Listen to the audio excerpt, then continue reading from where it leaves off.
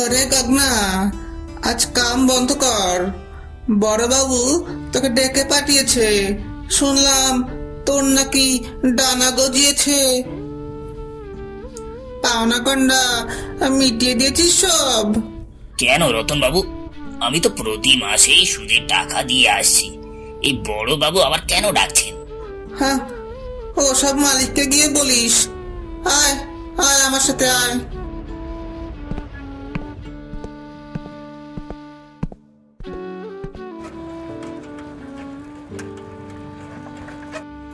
নমস্কার মালিক, এই ডেকেছেন কেন? নমস্কার তোলা থাক গগনা। তোকে ডেকেছি এটা জানতে যে তোর এই পৈতৃক জমিটুকু আজ থেকে আমার। এ কি বলছেন মালিক? আমি তো নিয়মিত সুদ দিচ্ছি, আসলটাও প্রায় শেষ করে এনেছি। আরে গাদা, ওই সামান্য সুদে, ওই মাত্র সামান্য সুদে কি আমার চলে? হিসেব বলছে তোর এখনো অনেক টাকা বাকি। আগামী 2 মাসের মধ্যে যদি পুরো টাকা শোধ করতে না পারিস তবে ওই জমি আমি রেজিস্ট্রি করেই নেব, আর তোকে সপরিবারে গ্রাম ছাড়তে হবে।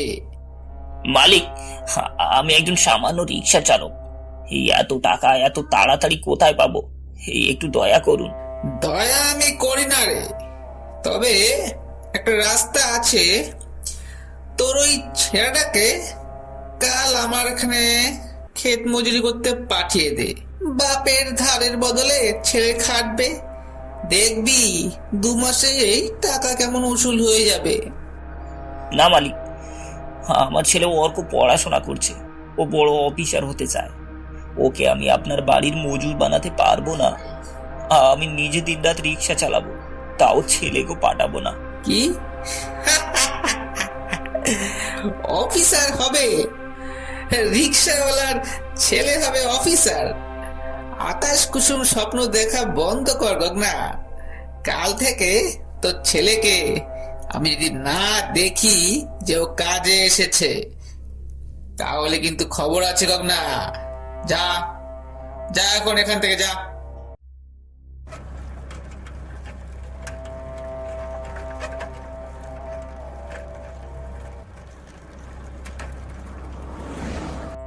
বাবা, আজ এত দেরি করলে? আমি তোমার জন্য ভাত বেড়ে রেখেছি, হাত মুখ ধুয়ে নাও। আজ যাত্রীর খুব অভাব ছিল রে বাবা, তাই খালি রিক্সাটা নিয়ে আসতে চাইছিলাম না। কি হয়েছে বাবা? এই তোমাকে আজ খুব দুঃখিত লাগছে।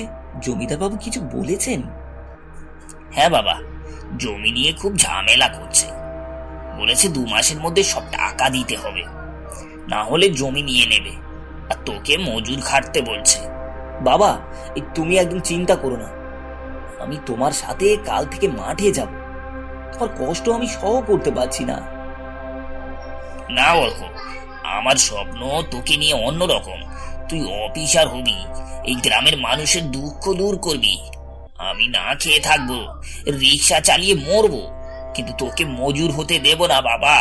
তুই শুধু তোর পড়াশোনায় মন দে বাবা। কি রে গগনা, ছেলে কোথায়?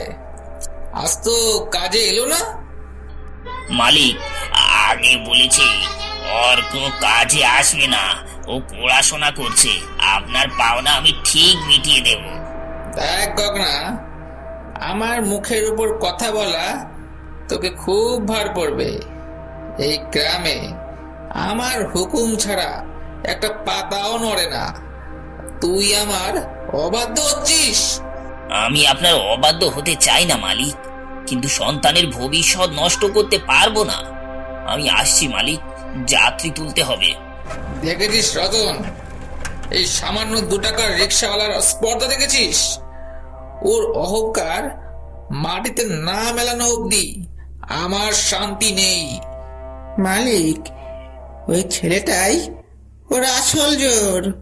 ওকে জব্দ করতে হলে অর্কর ওপর কোপ মারতে হবে, আর গগনার রোজগারের রাস্তাটাও বন্ধ করে দিতে হবে। ও গগনদা, বড় বিপদে পড়েছি গো।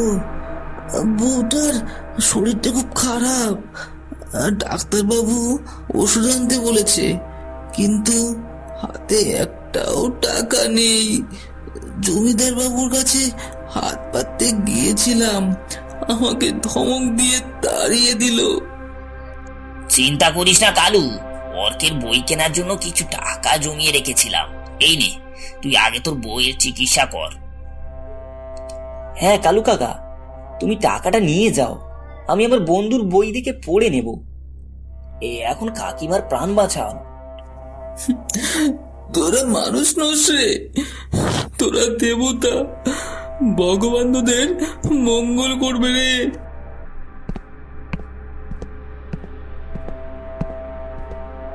মালিক, গগনা তো টাকা দিয়ে কালুকে সাহায্য করছে, ওর নাকি অনেক জমানো টাকা আছে, আর অর্ক নাকি বড় পরীক্ষার জন্য শহরে যাবে।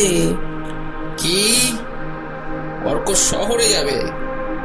ও তো ফিরে এসে আমার জমিদারিতে ভাগ বসাবে, এটা তো হতে দেওয়া যাবে না। রতন, ওর রিক্সাটা কেটে নেওয়ার ব্যবস্থা কর, ওর ভাতের হাঁড়ি আগে মারতে হবে। অর্ক, দেখ বাবা কি এসেছে।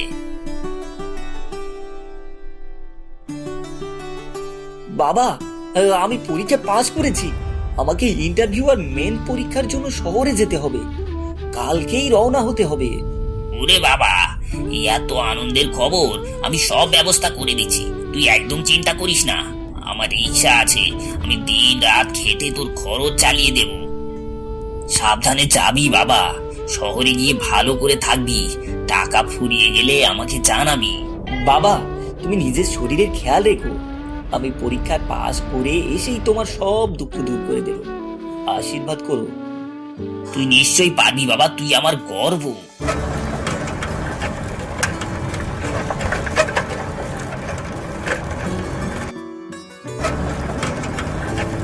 কিরে গগনা, ছেলেকে পাঠিয়ে দিলি?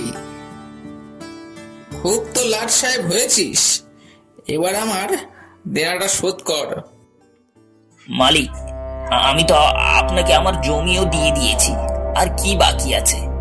আসল দিয়েছিস, কিন্তু ওই যে সুদের উপর সুদ হয়েছে সেটা তো দিবি।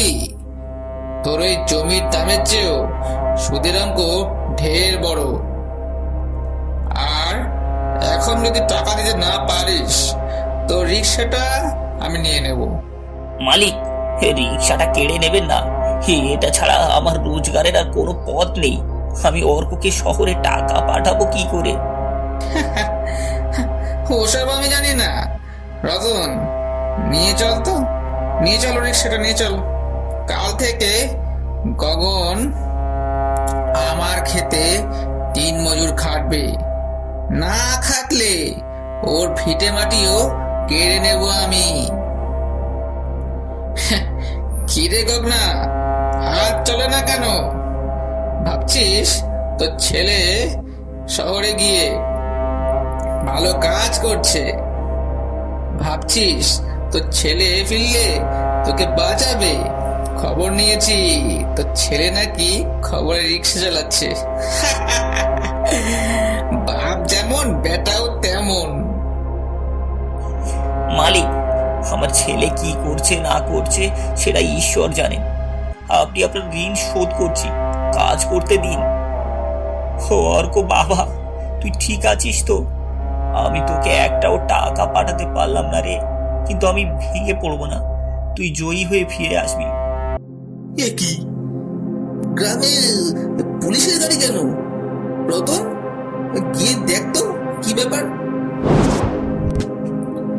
মালিক, অনেক পুলিশ আসছে, সামনে একটা নীল বাতির লাগানো গাড়িও আছে, মনে হচ্ছে কোনো কোনো বড় অফিসার এসেছে।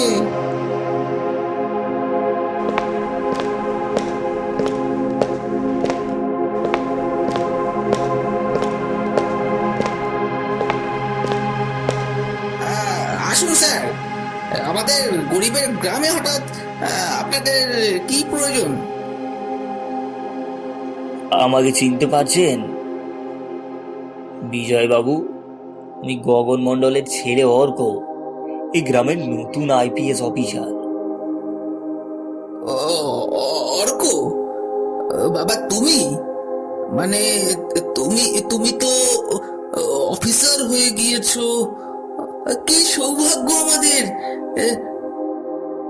সৌভাগ্য নয় বিজয় বাবু, আপনার পাপের কলস পূর্ণ হয়েছে। আপনি জাল কাগজপত্র বানিয়ে অশিক্ষিত গ্রামবাসীদের জমি কেড়ে নিয়েছেন, তাদের জোর করে মজুর খাটিয়েছেন। এমনিকি আমার বাবার উপর যা অত্যাচার করেছেন তার শাস্তি আপনাকে পেতেই হবে। অর্ক বাবা, তুই সত্যি করে দেখালি, তোমার কষ্ট সার্থক হয়েছে বাবা। তোমার এই ছেলে আজ তোমাকে এই জমিদারের হাত থেকে মুক্ত করবে। এই দেখুন আপনার জালিয়াত প্রমাণ। এই সব জমি কালকেই গ্রামবাসীদের ফিরিয়ে দেয়া হবে, আর আপনি এবং আপনার সাঙ্গ পাগমদের আগামী কয়েক বছর জেলে কাটাতে হবে। রিমান্ডে গেলে সব কথা বের হবে। আমাকে আমাকে ক্ষমা করে দাও অর্ক, আমি আমি সব ফিরিয়ে দেব। আমাকে তুমি পুলিশে দিও না বাবা। আইনের হাত থেকে আপনার মুক্তি নেই, নিয়ে চলো এদের। আমার ছেলে একদিন এই অন্ধকার দূর করবে। আজ আমার বুকটা গর্বে ভরে গেছে। বাবা, তোমার ত্যাগ আর শিক্ষার প্রতি তোমার জেদিয়া আমাকে এখানে এনেছে। আজ থেকে এই গ্রামের কেউ আর অশিক্ষিত থাকবে না, কেউ জমিদারের ভয়ে কুঁকড়ে থাকবে না। শিক্ষা হলো সবচেয়ে বড় অস্ত্র।